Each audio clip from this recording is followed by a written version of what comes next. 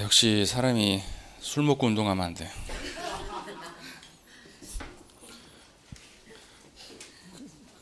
근력이 회복이 안 되네. 하루 사이에. 네? 얼른 일찍 끝내고 가라고요? 저도 자존심이 있지. 그래도 고생하셨는데 오느냐고 조금 해야죠. 제가 그렇게 양심 없지는 않아요. 내가 쓰러지는 한이 있더라도 할 건 해야지.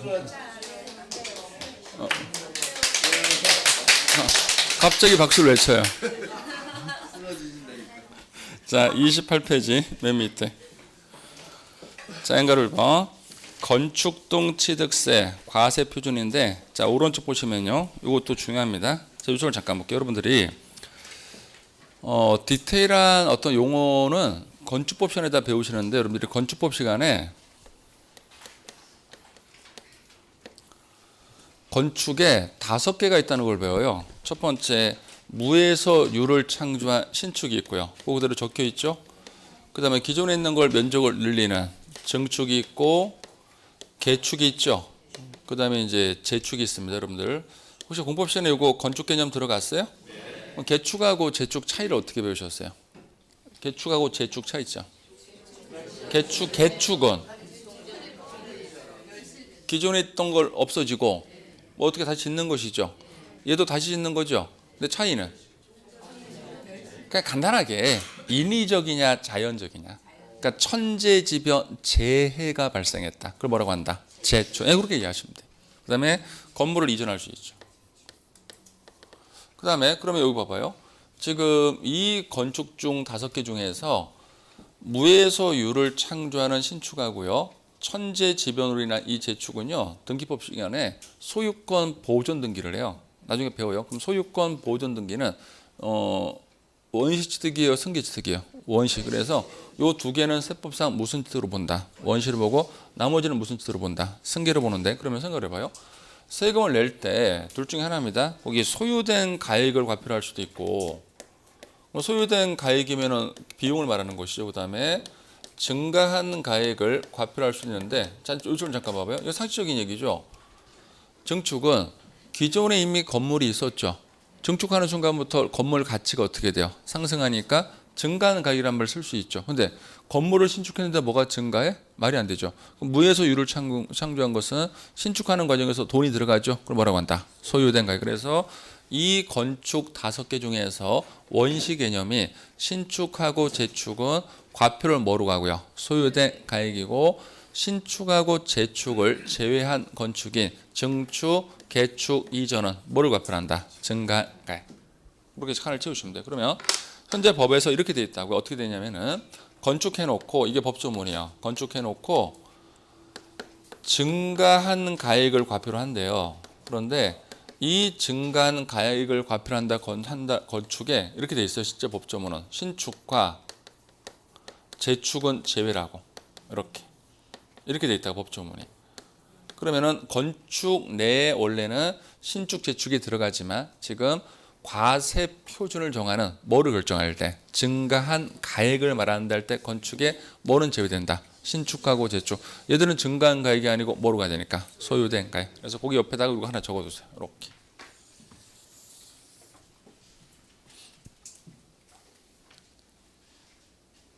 아까 내 말에 감동받았는데 나 쓰러지면 안 된다고. 막 눈물 날라래. 그렇죠. 내가 쓰러지면 안 되지. 우리 은평의 꽃인데. 인물도 제일 잘생기고 몸도 늘씬하고 남의 몸매를 왜 봐요? 앞에서 공부를 좀 하지.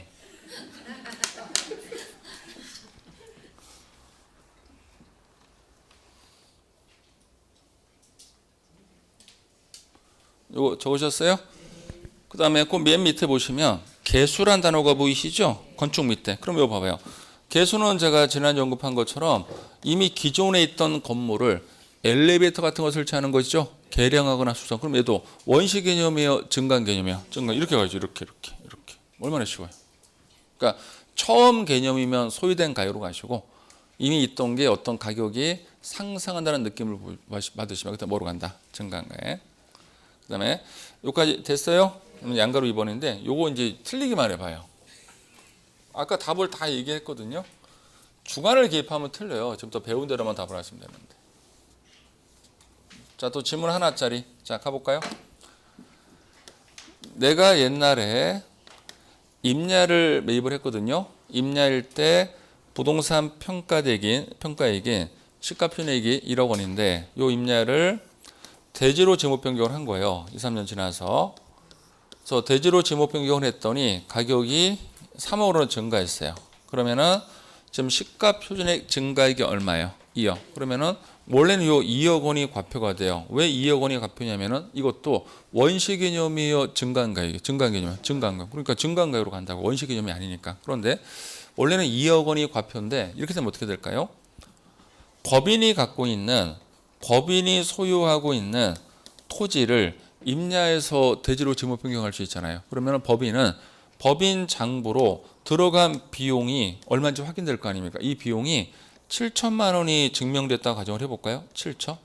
이 경우에 법인이 지목 변경했을 때 취득세를 과연 얼마에 대해서 세금을 내느냐인데, 자, 동그라미 1번, 이 경우에도 증가하는 가액인 2억 원을 과표한다 라고 생각할 수도 있고, 아니다. 동그라미 2번, 이때는 증가하는 가액 2억 원에서 들어간 돈 7천을 빼고 1억 3천을 과표를 해야 된다. 1억 3천 라고 우리가 생각을 할 수도 있고요. 그 다음에 아니다, 이때는 그냥 7천만 원 자체를 과표를 한다. 이렇게 생각할 수도 있겠죠. 이거는 오지선다도 아니요. 삼지선다. 자, 셋 중에 하나예요. 의사표현 확실히 해봅시다. 그래도 1번으로 간다. 손 들어보세요. 그래도 1번은 증가한가로 간다. 없어요? 2번으로 간다. 좀 있네요. 3번으로 간다.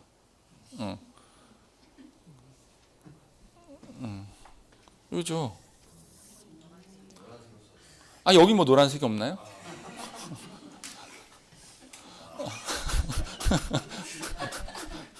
아까 제가 기운 떨어져. 아까 제가 뭘 강의드렸냐면은 비용이 법인 장부로 확인되면 비용 자체가 사실상 취득가격하고 동의어다. 우리 주머니에 나간 돈. 그럼 다른 금액 다 무시하고 들어간 돈이 비용 자체를 과표를 한다. 아까 강의했죠? 그럼 이 비용하고 뭐랑 같은 말이에요? 사실상 취득가격. 그럼 사실상 취득가격이 얼마예요? 7천. 근데 왜 1억 3천으로 해? 취득세는 내가 돈을 번 것에 대한 세금이 아니잖아요. 취득행위에 대한 세금이. 그래서 돈 번 거랑 상관이 없단 말이에요. 그래서 얼마로 가야 돼요? 그렇죠? 그럼 여기서 느끼실 게, 그럼 이 경우에 개인이 지목 변경을 하면요, 이건 속인 걸로 본다고요. 그러니까 뭐로 가고? 증가한가? 요. 법인이 지목 변경하면 7조. 그럼 이런 경우라면 지목 변경할 때 누가 유리해요? 법인이 유리해요. 그러니까 여러분들이 나중에 혹시나 크게 사업을 해서 기존에 있던 것을 매입을 해서 뭐 지목 변경해서 이렇게 사업을 할 일이 있으면 개인명의로 하지 마시라고. 뭐로 하세요? 법인으로 만들어 놓고 하시라고. 요거 방금 전에 2번으로 해서 틀린 사람 손 들어봐요. 다 봤어요. 그대로 손 들어, 빨리. 그대로 손 드시고, 이해가 갔으면 내려요. 됐어. 이제, 예? 아, 내 마음이에요. 자, 책을 보세요. 자, 한가로 입어. 자, 토지 지목 변경에 대한 과세 표준인데, 자, 동그라미 1번 가로에다가는요, 가로에다가는 증가한 가액이라 적어보세요. 증가한 가액. 이게 원칙이에요. 그럼 여기서 증가한 가액은 지목 변경 이후 토지에 대한 시가 표준액에서 지목 변경 전 시가 표준액을 뺀 가액. 앞에 케이스는 얼마? 2억 원인데, 2번. 다만 판결문 또는 법인 장부로 토지 지목 변경에 든 비용이 입증될 수 있죠. 그다음 뭐로 간다? 비용. 그러니까 다른 말씀은 틀려요. 무조건 비용이 증명됐다는 말이 나오면 이 비용 자체가 사실상 취득가격이 되는 것이니까. 이거 이제 판단하셔야 돼요. 그다음에 여러분들 오늘 받으신 프린트가 있고요. 오늘 받은 거 말고 지난주 걸 한 번만 잠깐만 보세요. 지난주 프린트. 오늘 거 말고 6으로 돼 있는 거. 지난주 거.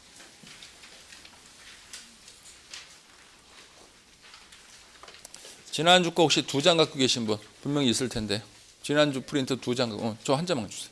앞으로 하나만 이렇게 넘기시죠. 지난주 거. 여기 있네.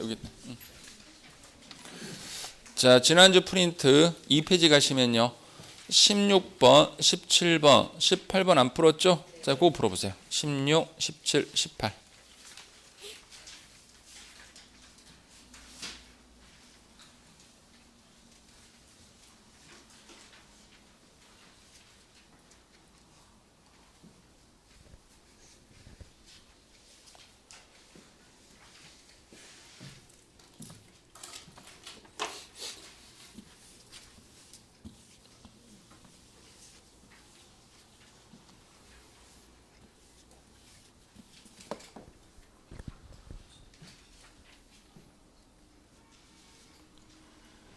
자, 16번은 연부 물어봤죠. 등기일에 관계없다고 표현하면 틀리죠. 그러니까 원래는 사실상 연부금 지급일인데 사실상 연부금 지급일 전에 등기를 하면 등기일로 가죠. 그럼 등기 영향을 받는데 등기일에 관계없다 틀렸죠.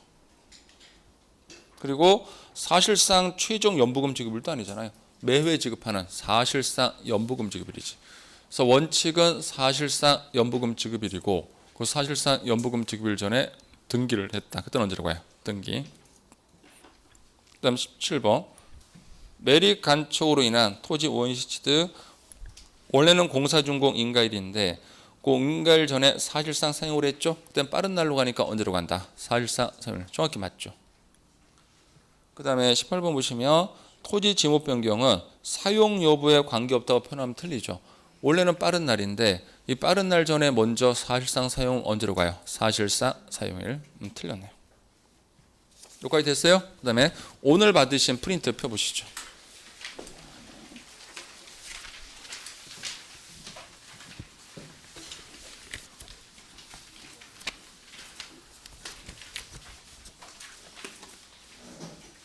자, 오늘 받으신 프린트 1번부터 7번까지 풀어보세요.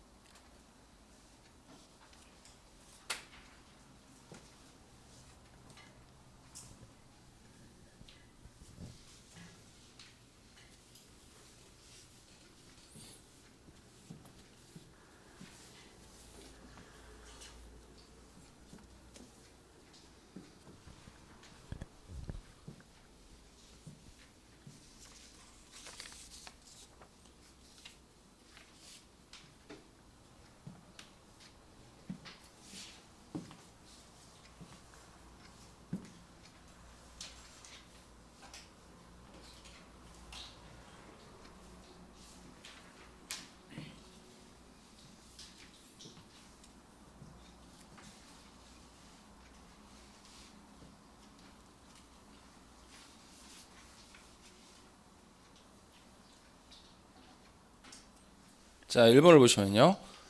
키워드가 화해조소죠. 그러면 입증이 되는 서류가 아니잖아요. 그럼 사실상 잔금 지급일 X 뭐로 가야 돼요? 계약상 잔금 지급일.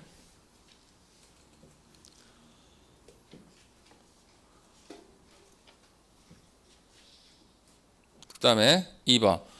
부동산을 연보로 취득하는 거 이거 풀었죠? 등기일에 관계없이 최종 연부금 지급일이 아니고 등기를 관계한다는 거. 그 다음에 3번을 보시면 역시나 풀었던 거요. 매립간척 토지 원시 취득 공사준공 인가일 전에 사용하면 설상 사용일. 그 다음에 4번을 보시면 변경일 전에 사용 여부와 관계없다 표현하면 틀리죠. 뭐 중복되는 것이고. 그 다음에 5번을 보시면 국가 동그라미 하세요. 국가 동그라미. 그 다음에 유상 동그라미. 그러면은 신고가액 표시가 없거나 신고가액이 시가편의보다 적을 때도 가격을 못 속이죠. 무조건 뭐로 간다고요? 사실상 취득가격 또는 연부금액을 과표한다. 맞죠? 국가로부터 취득했고요. 6번이 중요한데 6번을 봤더니 부동산 취득세 과세 표준을 사실상 취득가격도로 하는 경우에 포함할 수 있는 항목인데 가로가 중요해요. 아래 항목은 개인 동그라미. 그럼 취득하는 주체가 누구예요? 개인. 그러면은 누구로부터 취득하는지는 신경 쓸 필요가 없어요. 취득하는 쪽이 개인이니까 아까 두 개를 주의해야 되죠. 할부 이자 등하고 중개보수는 들어갑니까? 들어가지 않습니까? 들어가지 않는다. 그럼 기억을 보시면은 맨 끝에 할인 금액 물어봤죠? 얘는 빼는 금액이잖아요. 그럼 포함이 안 되는 것이고. 니은 건설자금에 충당한 이자, 건설자금이자 포함되는 거 맞죠? 얘는 동그라미. 다음 디귿 연부이자 연체료는 여기서는 포함돼요? 안 돼요? 안 돼요. 왜 포함이 안 돼요? 개인이니까. 이게 중요한 말이에요. 그리고 그 리을은 키워드가 뭐예요? 약정. 그럼 포함되는 거 맞죠? 그럼 포함되는 것은 뭐예요? 니은하고 리을. 답은 4번. 이렇게 문제 낸다. 이게 전형적인 기출 문제예요. 그럼 만약에 이 6번 문제를 개인이 국가로부터 취득한다고 하지 말고 법인이 국가로부터 취득한다고 문제를 바꿀 수 있겠죠. 그때는 뭐가 들어가야 돼요? 그때는 디귿도 들어가야 돼요. 그때는 답이 뭐가 돼야 돼요? 니은, 디귿, 리을. 그러니까 이걸 구분하십시오. 다시 한번. 할부, 이자 등하고 중개보수는 포함되는 간접 비용은 맞는데 누구는 포함되고요? 법인은 포함되고 누구는 포함이 안 된다? 개인. 그 다음에 7번을 보시면 법인장부 동그라미 할게요. 법인장부로 토지 지목 변경에 든 비용이 입증되는 경우 밑줄. 그러면은 무조건 그 비용을 과표를 해야 되는데 지목 변경 전 시가편에게 그 비용을 더한 금액으로 한다. 이런 표현을 사용할 수가 없다. 그럼 이거 얘는 이 얘기잖아. 아까 지목 변경 전 시가편에 1억 원에다가 비용을 더한 7천을 더해서 얼마로 가겠다? 1억 7천. 그런 것은 세법에서 존재하지 않는다. 무조건 얼마로 가야 돼요? 7천. 그 7천이 뭐니까? 사실상 취득가격. 내 주머니에서 나간 돈. 그게 입증되면 무조건 그 돈으로 간단 말이에요. 그 취득하기 위한 기회비용이니까. 확인 됐어요? 네. 자, 됐고. 다시 책으로 오시면요. 29페이지. 그러면 지금까지 우리가 여기까지 배웠잖아요. 과세 표준.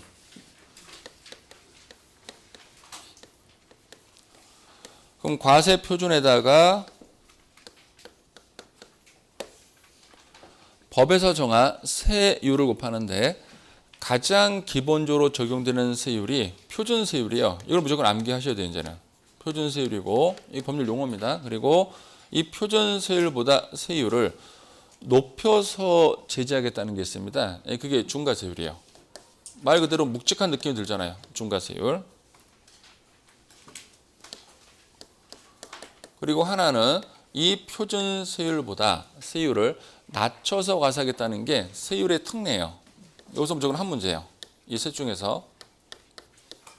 그런데 이 중과세율하고 세율의 특례는 지금부터 강의하는 표준 세율 자체가 암기가 안 되어 있으면 이거 못 쫓아와요. 그러니까 우선 이것부터 암기를 하시는데 그러면은 이 표준 세율은 국회에서 법을 정해놓는데 우리가 재산세 때 제가 강의했지만 만약에 표준 세율이 4%면은 모든 지자체는 4%로 세금을 때리는 게 아니고요. 요 4%의 50% 범위 내에서 증감이 가능해요. 그러면은 4%의 50%니까 2%죠. 2%를 마이너스 할 수 있다고요. 그럼 최저가 2%가 되고 2%를 플러스하며 6%. 그러면 어떤 지자체 조례로 우리는 재정 수입이 충분하니까 취득 관련 세금을 덜 받아도 된다라고 정해놓으면 그때는 2%만 세금을 내는 지자체가 있을 것이고 어떤 지자체는 우리는 뭐 재정 수입이 부족하니까 우리는 5%로 할 거야. 그래서 조례로 5%로 해놓으면 그쪽 지자체는 몇 %% 세금 낸다. 5%. 그래서 앞으로 우선 단어 하나를 기억하실게요. 지방세 공부하다가 앞으로 요 표준 세율이라는 단어가 딱 들어가면 공통점이에요. 지방의회에서 정하는 것을 뭐라고 배웠어요? 조례로. 이 조례로 이 표준 세율에 플러스 마이너스 50% 범위에서 세율을 다르게 조정할 수가 있다. 그런데 주의사항 이 탄력세율은 표준 세율에만 조정할 수 있는 것이고 제재를 하겠다는 중과세율은 이 탄력세율을 적용할 수 있다 없다? 없습니다. 이건 상식의 문제죠. 중과세율은 제재를 하겠다고 국회에서 법을 통과시켜놨죠. 근데 어떤 지자체장이 거기다가 마이너스 50을 한다. 그럼 제재가 없어지잖아. 그럼 앞뒤가 안 맞으니까 표준 세율에만 조정이 되고 중과세율은 조정할 수가 없다는 거. 그럼 지금부터 이제 표준 세율을 암기를 들어갑니다. 자, 그럼 우선 맨 밑에 보시면 1번 취득세 표준 세율이죠. 그 옆에다가 요거 하나만 적으세요. 표준 세율 제목 옆에다가 29페이지 맨 밑에 요거 하나만. 이제 문장 나오겠지만 29페이지 맨 밑에 제목 1번 취득세 표준 세율 제목 보이시죠? 그 옆에다가 요거 하나만 적으시라고요. 다 딴짓하니까 지금 어디 하는지 찾지를 못해. 내가 누구라고 얘기 못해. 어떻게 오늘 다 가운데 줄에 있냐.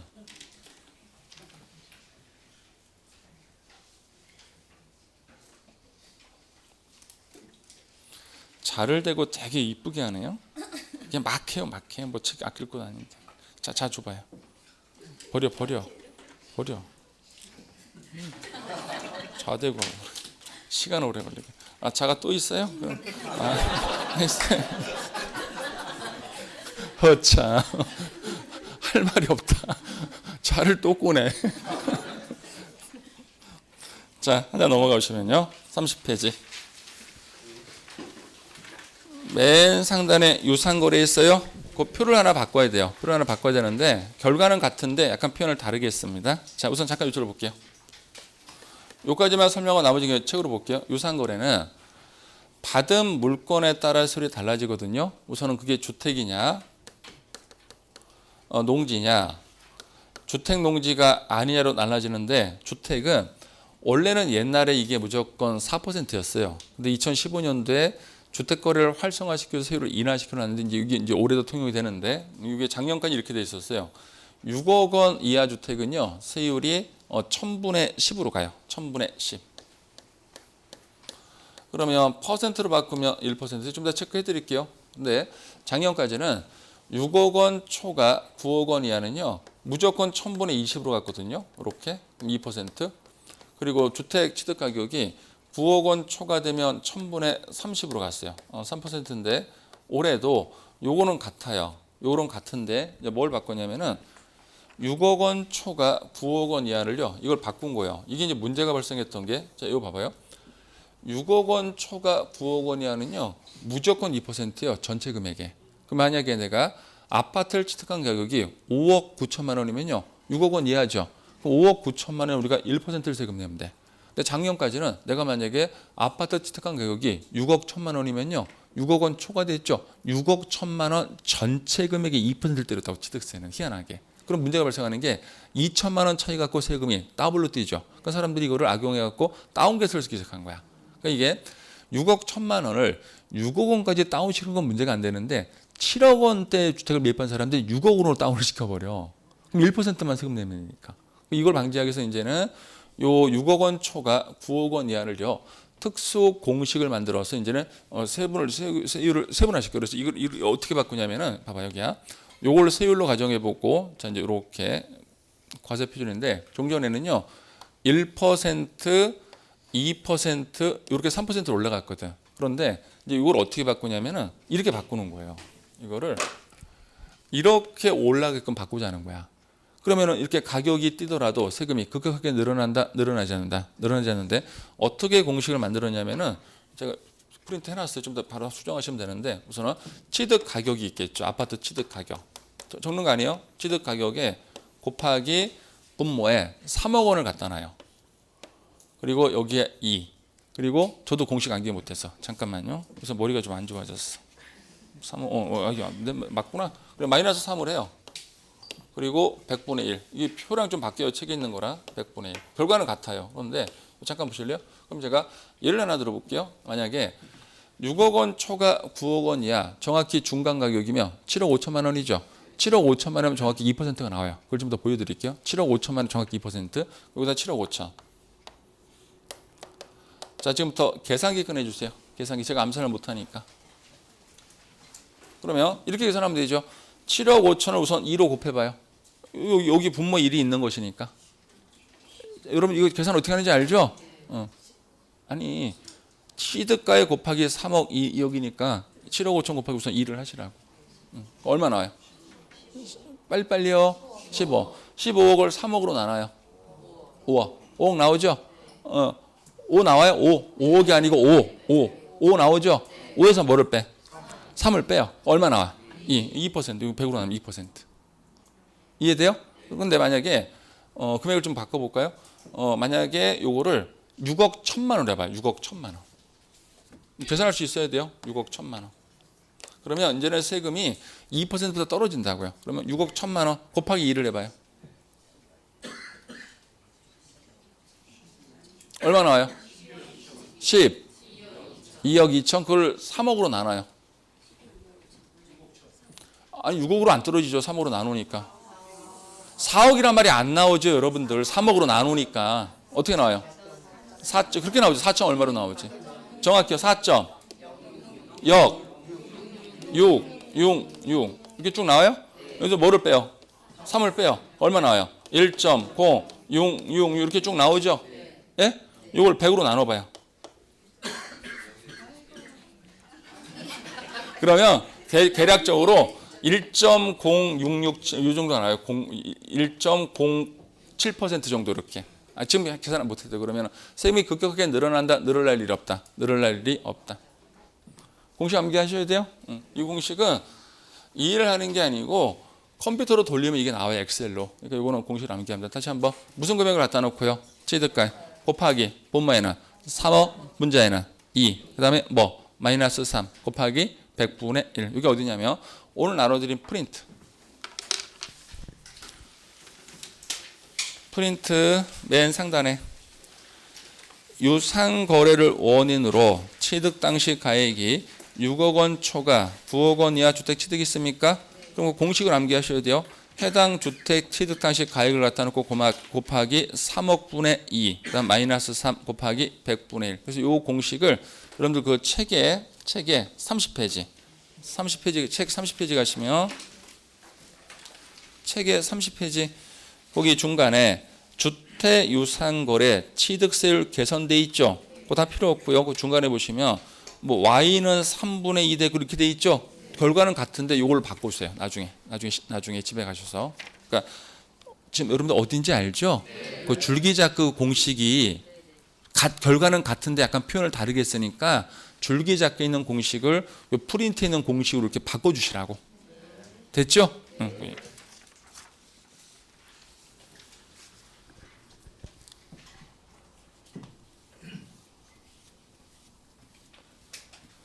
자, 그 다음에 농지는요, 무조건 1000분의 30이에요.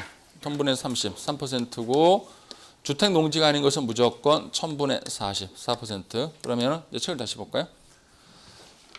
30페이지 맨 상단. 유상거래 주택 6억 원 이하는 1000분의 10. 6억 원 초과 9억 원 이하는 이제 세율이 세분화됩니다. 공식을 암기하시면 되고, 그 다음에 9억 원 초과되면요, 1000분의 40.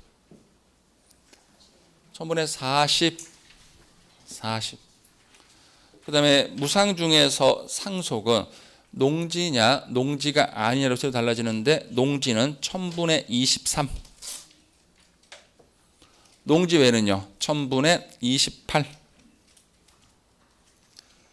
그 다음에 상속 이외에는 증여 등을 말하는데 여기서는 물건이 중요한 게 아니고 누가 증여를 받았느냐인데 비영리 사업자가 받으면 1000분의 28. 그다음 비영리 사업자가 일반은 1000분의 35. 그 밑에 원시취득은 1000분의 28. 공유물을 분할하면요 1000분의 23. 합유물을 분할하더라도 1000분의 23. 요거는 무조건 다음 주까지 암기해 보세요. 이제는 3월 달에 2월 달에 이거 암기하셔야 돼요. 이제는 요 표를 무조건 다 암기하셔야 돼요. 요 표를 암기 못 하시면 다음 주에 못 쫓아와요. 어디요? 어디? 저한테 물어봐요. 1000분의 23. 23. 영어로 해드릴까요? 2, 3.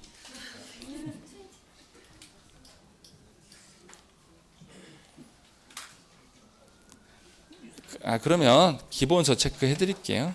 거기다가 기본서 페이지 적어놔요. 여기다가 3월달에 보겠지만 기본서 볼 필요 없는데 이분은. 네, 기본서 129페이지라 적어놔요. 129페이지. 기본서 129페이지. 나중에 또 확인하시면 되고. 다시 자 30페이지 밑에 양가로 2번. 세율 적용 시 유의사항이 있어요. 자, 동그라미 2번 보시면 지방자치단체장은 조례로 정하는 바에 따라 취득세 세율을 가로 표준세율 이걸 적으시면 되죠. 표준세율에 100분의 50 범위에서 뭐 할 수 있다고요? 가감할 수 있다. 자, 동그라미 3번 교환이란 단어 보이세요? 자, 교환은 무슨 거래로 갑니까? 유상 동그라미 가로에 유상이라 적으시고요. 꼭 기억하세요. 유상. 그다음에 4번 농지 범위를 알아야 되죠. 왜 필요하냐면 아까 이거 봐봐요. 유상 거래 부분하고 무상 중에서 상속은 농지냐 농지가 아니냐로 세율이 달라지죠. 그럼 농지 범위가 첫 번째 뭐가 있어요? 논 동그라미 밭 동그라미, 과수원 동그라미, 목장용지 동그라미, 논밭, 과수원, 목장용지. 5번을 보시면 비영리 사업자 범위인데 이게 비영리가 왜 필요하냐면은 무상 중에서 상속 이외의 무상은 증여 등을 말하죠. 거기서는 받은 물건이 중요한 게 아니고 누가 증여를 받았냐인데 비영리 사업자가 받으면 세율이 아까 1000분의 28이고 비영리 사업자가 아니면 1000분의 35죠. 그럼 비영리 사업자가 뭐가 있냐면은 대표적으로 종교단체. 그다음에 그럼 이거 봐봐요. 여기에 신천지는 들어갈까요? 안 들어갈까요? 들어가죠. 종교단체인데. 그걸 왜 사입이라고 합니까? 그 종교는요 우리가 사입이라는 말을 쓰면 안 돼요. 저는 개인적으로 그런 생각입니다. 그게 아니요 이단도 없습니다. 그거는 어디 주류 입장에서 봤을 때 이단인 것이지 종교에 그런 게 어디 있습니까? 그건 신앙인데 저는 그런 건 아닌 거 봐요. 그게 사입이 이런 거 없어요. 종교는 무조건 내 개인 믿음이에요. 그게 사회적으로 봤을 때 저는 안 다닙니다. 저는 무신교입니다. 무신교는 이런 말을 할 수 있죠. 그러니까 개인적인 생각. 그러니까 종교적인 것은 개인적 취향이고 그게 법을 위반하지 않는 이상은 우리가 터치를 하면 안 돼. 상호 존중을 해줘야 돼. 사입이라는 건 없어요. 제 말이 맞죠? 아, 왜 이렇게 멋있지? 자, 그 다음에 비영리사업자 법위가 종교단체, 학교, 그 다음에 사회복지법인, 정당. 여러분들 정당이 어디예요? 우리 지금 여당, 야당 거기 이거 웃기지 않아요? 그 현재 여당이나 야당 당사 쪽에서 증여 많이 받죠. 기부 같은 거 많이 받잖아요. 본인들을 비영리사업자로 해놓은 거야. 세금 적게 내려고. 이 웃긴 애들이요. 나를 국회로 좀 보내줘봐요. 내가 이거 다 영리로 바꿔버릴게. 그 다음에 6번을 보시면 자 6번 자 이쪽을 잠깐 보실래요? 저희 집안에서는 저만 무신교예요. 저희가 3남3녀인데 큰 형님이 장로님, 막내 뭘 또 주여야. 그다음에 막내 누님 남편분 저한테 매형이 지금 장로님. 할렐루야나 보시다 할렐루야. 저는 근데 교회 가는 것도 좋아하고 성당 가는 것도 좋아하고 제일 좋아하는 것은 절에 갔을 때 그 풍경 소리 듣는 거. 산을 좋아하니까 항상 이렇게 절이 있잖아요. 풍경 소리가 저는 어릴 때부터 그렇게 좋았어요. 그거 좋지 않아요? 땡땡땡 이러고 막 살짝. 왜 절을 했는데 뭘 안 해요? 왜 또 기도 얘기가 왜 나와 절인데? 자, 이쪽 잠깐 보세요. 좀 중요한 얘기예요.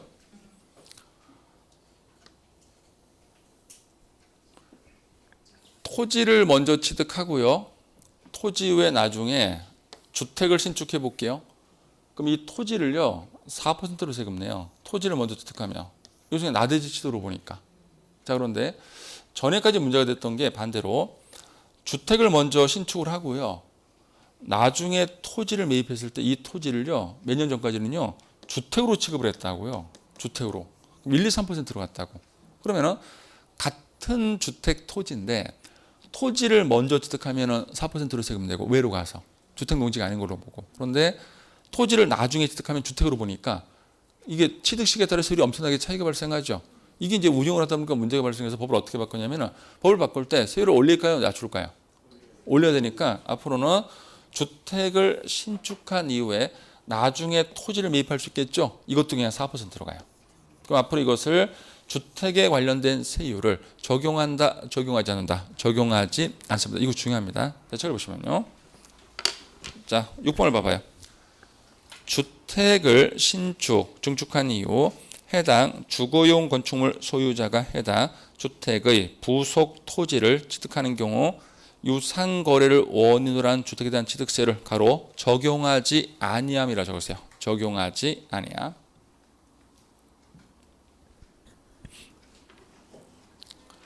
이거를 시험에서는요 적용한다라고 내는데 간단합니다. 여러분들 주택을 신축한 이후에 나중에 토지를 취득했단 말을 주죠.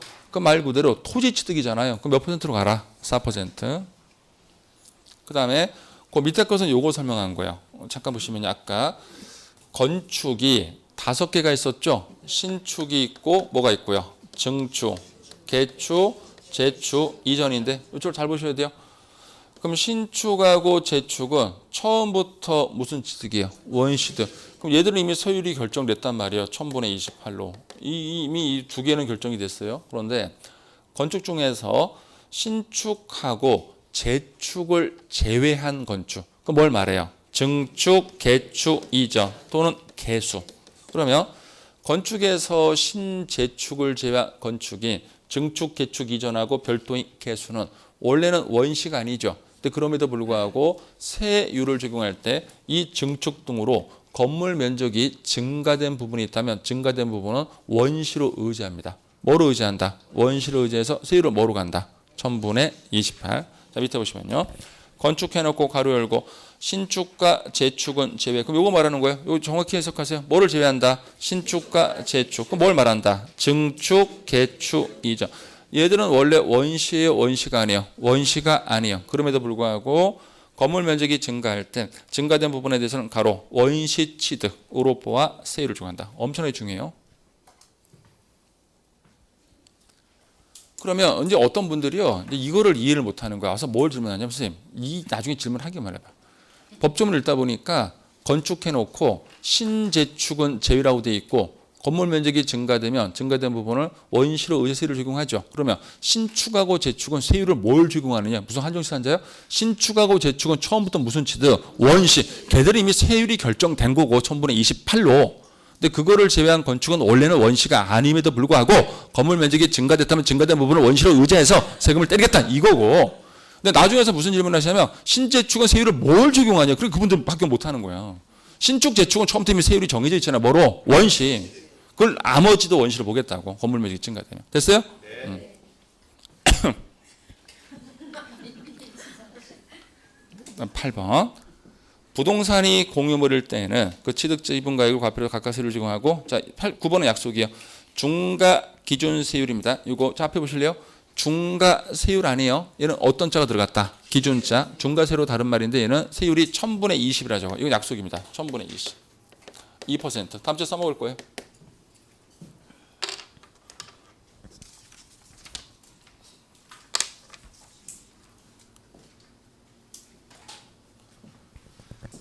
그러면 오른쪽 기출문제 풀어보실래요?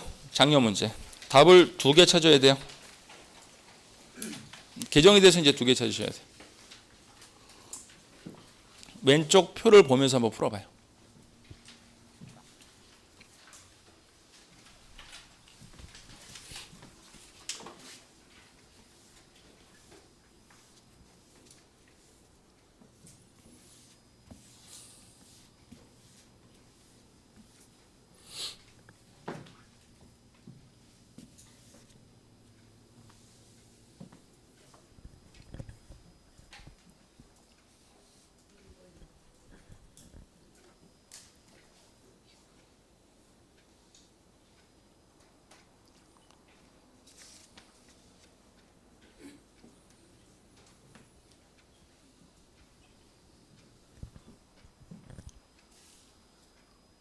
지금 세율이 가장 높은 거 찾는 것이죠.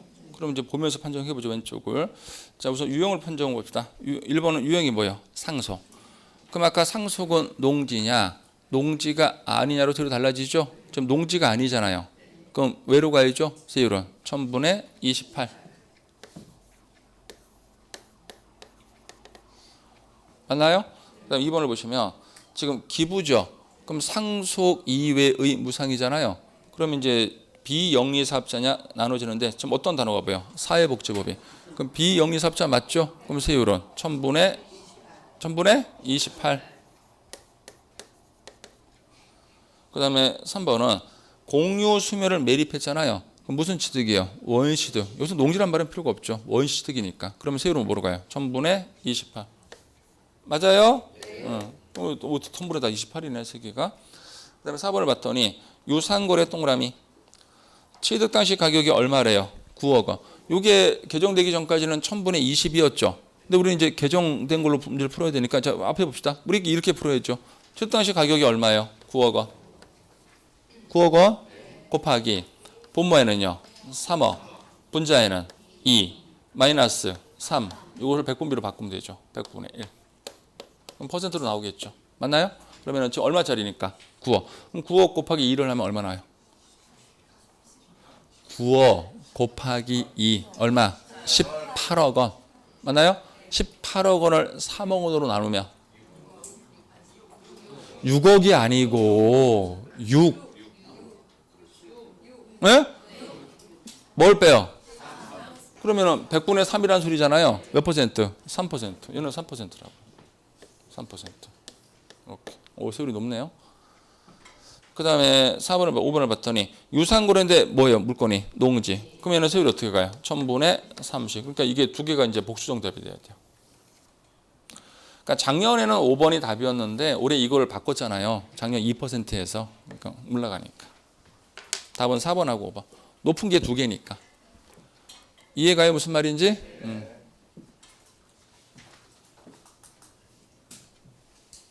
이거 맞춘 사람 손 들어봐요. 와, 천재입니다, 천재. 그러면 틀린 사람 손 들어봐요. 같이 천재지 뭐, 같이 공부하고 있으니까. 제 말이 무슨 말인지 이해 가시죠? 그 나중에 암기하면. 그럼 여러분들 제가 하고 싶은 말은 이거 난이도 하위 문제잖아요. 난이도 하예요. 이거 상이라고 하시면 안 돼. 난이도 한데 암기가 된 사람한테나 하죠. 근데 많은 분들이 이거를 지금 암기가 들어가야 되는데 20년 강의 경험상 6월 달까지 암기한 사람이 10%밖에 안 돼요. 그 10%가 학교장 모임에 나오거든요. 그러니까 뒤로 미루지 마시고 이거는 다음 주 저를 뵐 때까지 무조건 암기하셔야 돼요. 왼쪽에 있는 표는. 약속합니다. 자, 저를 볼게요. 암기해갖고 온다 손 들어봐요. 나중에 아마 다음 주에 이거를 암기 안 해갖고 오시면은 다음 주 1교시에 미칠 거예요. 못 쫓아올 거니까. 근데 거기서 이제 갭이 발생하는 거예요. 이 사소한 갭이 나중에 이게 뚝이 터지거든. 이게 4월 달까지 이게 갭이 벌어지면 5월부터는 갭을 못 메꿔요. 강의 경험상. 그러니까 지금부터 암기하는 건 좀 계속 해주셔야 돼. 이건 암기해 갖고 옵니다. 그러니까 앞에 진도 나가고 다 잊어버려도 되는데 이 세율은 암기해 갖고 오시라고. 한 문제 맞추시니까. 됐죠? 가방을 왜 쌉니까? 하나 더 남았는데. 급하셔. 우리 사장님이 몸이 안 좋으시죠 지금? 감기가 드셨어. 열은 재봤어요? 큰일 나요. 그럼 열을 재봐야 돼. 나는 열이 없어요. 잘하면 오늘 안으로 회복될 것 같은데 회복 안 되면 일주일 가는데 큰일 났네. 저는 무조건 감기 걸리면 일주일 가거든요. 자, 이쪽 잠깐 보십시오. 자, 사치성을 취득하잖아요. 제목만 잠깐 볼게요. 사치성을 취득하면은 과소비를 억제하기 위해서 세율이 높아요. 중과 세율로 세금을 때립니다. 중과 기준 세율이 아니고 중과 세율인데 이 공식이 어떻게 되냐면은 우리가 지금까지 암기했던 표준 세율에다가 더합니다. 더하기 중과 기준 세율. 여기서 기준자가 들어가요. 그럼 아까 이것을 몇 퍼센트로 약속했어요? 1000분의 20. 여기에 100분의 400이에요. 그러면 이걸 결과적으로 바꾸면은 중과 기준 세율이 2%에 결과적으로 4배니까 요 가로가 8%가 나와요. 그래서 사치성 물건을 취득하면요. 표준 세율에다가 결과적으로 8%만큼 세금이 커져요. 엄청난 세금이죠. 그러면 현재 우리 시험 범위 내에서 과연 어떤 물건을 사치성으로 보느냐인데 정확히 5개예요. 제목을 잠깐 적어보면 별, 꼴이 아니고 골, 오, 선, 준데 이 별이 별장이에요. 또 얘가 골프장, 회원제로 운영되는 골프장이 있고 오락장, 뭐 카지노장 같은 거, 고급 오락장. 그 다음에 고급 선박, 요트 같은 거, 그 다음에 고급 주택. 그러면 제가 예를 하나 들어볼게요. 고급 오락장, 카지노장을 매매로 취득해 볼까요? 그럼 매매에 관련된 표준세율만 찾으면 돼요. 그럼 아까 유상거래는 주택이냐 농지냐, 주택 농지가 아니어도 달라지죠? 그럼 얘는 주택 농지가 아니니까 표준세율은 4%, 4%에다가 결과적으로 몇 퍼센트를 플러스해요? 8%. 그럼 몇 퍼센트?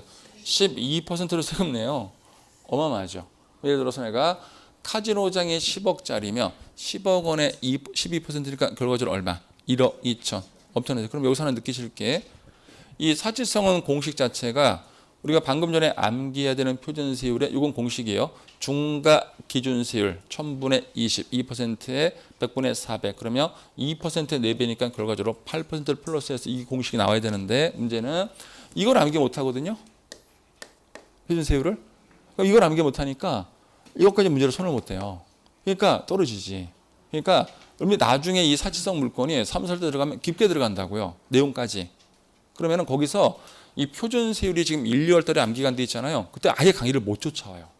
그러니까 그런 분들은 이제 세법이 어렵다고 얘기를 하는 것이고 본인이 공부하는 건 생각을 안 해. 근데 제가 하라는 대로 이걸 암기해 갖고 오시면 그다음에 이게 일사천리로 끝난단 말이에요. 그러니까 이걸 암기하시라고 다음 주까지. 이번엔 제대로 해봅시다 진짜. 그래서 다음 주에 제가 정확히 3번을 이렇게 세울 겁니다. 농담하는 게 아니고 어렵던 강압주로 할 거야. 이렇게 딱 세웠는데 답변을 하면 뭐 그날 강의 좋은 것이 기분 좋은 것이고 3번 중에 한 번에 답변이 안 나오잖아요. 내가 또 잘해드릴게. 고개 숙여봐요. 자, 2번 중과세율. 자, 사치성 재산인데 사치성 재산 범위 별, 골, 오, 선주. 자, 요거예요. 이쪽 잠깐 보실래요? 그럼 선주가 뭐예요? 배주인. 배주인을 어촌에서 선주라고 해요. 어제 미국에서 왔죠. 선주인데 이 사람 선주가 성이 오씨야. 하는 집마다 별꼴이야. 별꼴 오선주. 선주 성이 오씨인데 하는 짓이 별꼴이라고요. 별꼴 오선주. 그러면 공식이 표준세율 플러스 중과 기준세율의 가로에다가 요거 100분의 4배. 4배 또는 100분의 4배 또는 4배. 그럼 기억을 보시면 고급 오락장 건축물을 매매로 쓰겠으면 결과적으로 몇 퍼센트? 12% 이렇게 나오죠. 4% 플러스 8%니까. 하나만 더 해볼까요? 고급 오락장을 상속으로 받을 수 있죠. 그럼 상속에 관련된 표준세율만 찾으면 돼요, 여러분들. 그럼 아까 상속이면 농지냐, 농지가 아니면 달라지죠. 농지가 아니니까 표준세율은 2.8%. 그 2.8%에다가 결과적으로 몇 퍼센트?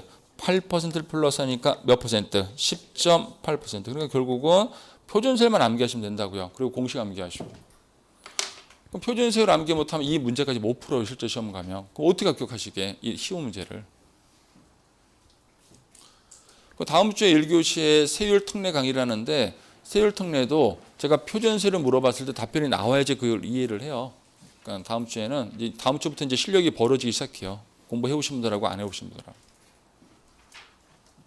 그 실력을 5월 달에 갭을 못 메꾼다니까요. 세법은.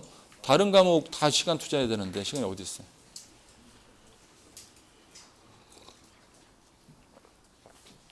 여기까지 확인되셨어요? 그러면 오늘 나눠드린 프린트 8번, 9번, 10번 풀어보세요. 8번, 9번, 10번.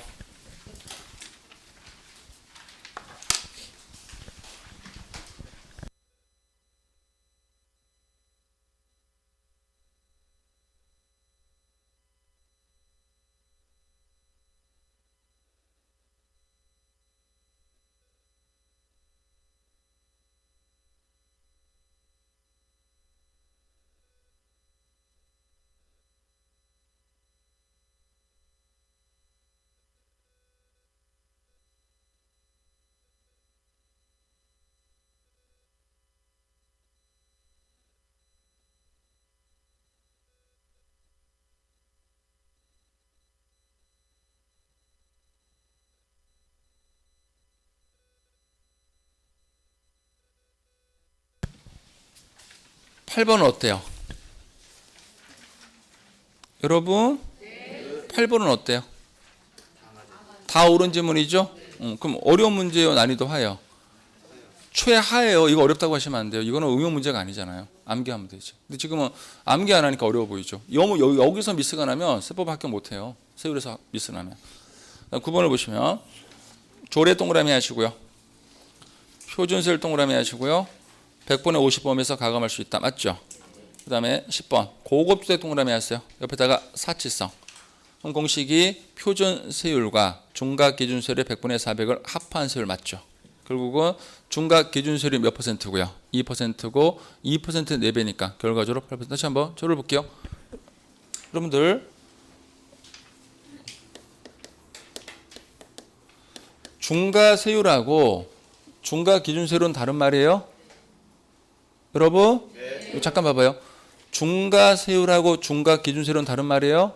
이 사치성은 무슨 세율을 제공한다? 중과 세율을 제공하는데 그 중과 세율 공식이 표준 세율 플러스 중과 기준 세율의 4배를 합친다고요. 그래서 이 단어랑 이 단어는 기준자가 들어가잖아요. 지금 전혀 다른 말이라는 거. 이 단어가 혼동되면 안 돼요.